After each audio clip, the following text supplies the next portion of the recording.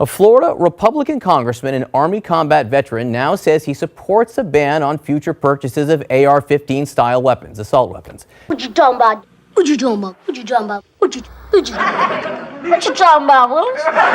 His powerful piece in the New York Times opinion page is headlined, "I'm Republican, I appreciate assault weapons, and I support a ban." I think what he meant to say was, I'm a horrible politician, I hate the Second Amendment, and I forgot the oath I took. Congressman Brian Mast joins us now. Congressman, thank you so much for being with us. I want to thank you for coming on the Communist News Network and supporting our agenda. This is an interesting discussion. Why this change of heart? Why now? Look, when I was on the battlefield and I saw an opportunity to save a life, I didn't have a conversation about it. I acted. You say you used the AR-15 to save lives, and now you're saying you want to take away the AR-15 to save lives. You sound like a complete hypocrite. That's the way we do it on the battlefield. That's what makes sense. It's common sense, and that's what needs to happen here. So you're saying that banning AR-15 weapons is a chance to save a life? I believe that. That's why I came out and said this. You know, I look at the platform that I carried, an M4 carbine, very similar to an AR-15.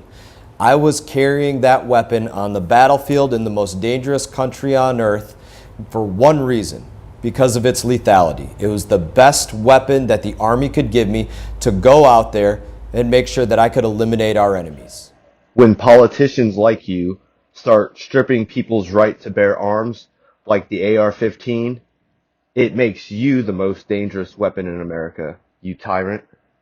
I can honestly say that my community and my kids in our schools, I don't think that they're made safer by the general population of civilians having unfettered access to the best weapon the Army could put in my hand to go out. So what you're saying is just complete government control.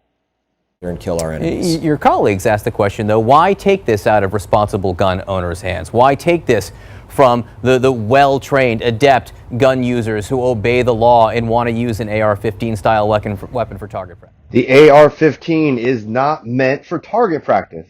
It is meant for self-defense and against tyrannical government. I love the well-trained gun owner, the responsible gun owner. I am one. I'm a rabid concealed carry guy. I usually carry a 9mm. And I think that's one of the most important points about this. I carry a 9mm because I don't want to die because of a lack of shooting back one day. That's why I carry one. But I can go out there and look at this honestly as a person that's done threat assessment and say, you know what, if somebody's coming after me with an AR-15, maximum effective range of easily 300 meters, certainly a great range of 50 to 150 meters, my max range with my 9mm, maybe 20, 25 meters, you know, probably not 30 meters on a good day. What the fuck are you talking about? What the fuck are you talking about? I have that opportunity to defend myself. And, you know, so it's just in that I think it's a common sense approach because we're not concealing and carrying AR-15s. Who the fuck you think you talking to? Sit your little ass down and get... You note the Supreme Court has said that, yes, you know, Americans have the right to bear arms, but not the right to bear any and all arms. What do you mean? Arrest him. Arrest him!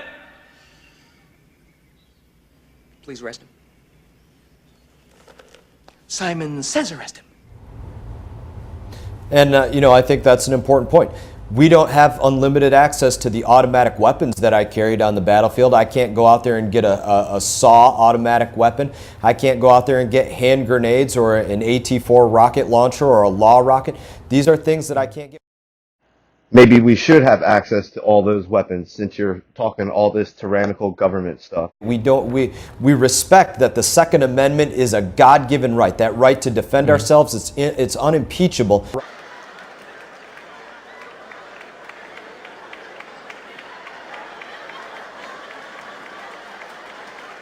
But it doesn't mean every single arm. Let me ask you very quickly on Florida Governor Rick Scott and also this debate at the national level about raising the minimum age you can purchase really all firearms to 21. No, God! No, God, please, no! No! No! No! Do you support that?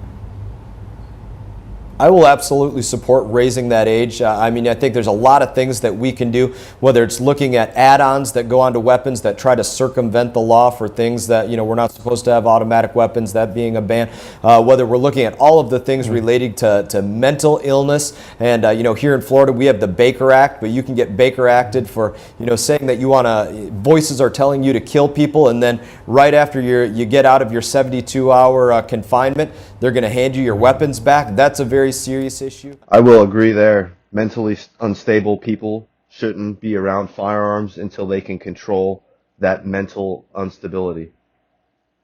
We got to look at all of the failures that exist with the, existed with the FBI and all of the things at the local level. You have to look at school security and making sure, in my schools here in Martin County, Florida, where I'm sitting right now, they know that I'm Congressman Brian Mast. But when I walk up to the window in their office, they still make me show a piece of identification before they let me in the door.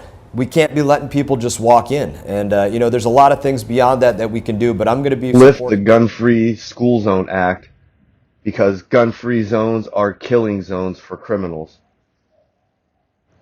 95% of all these mass shootings happen in gun-free zones. That's why we need to change them.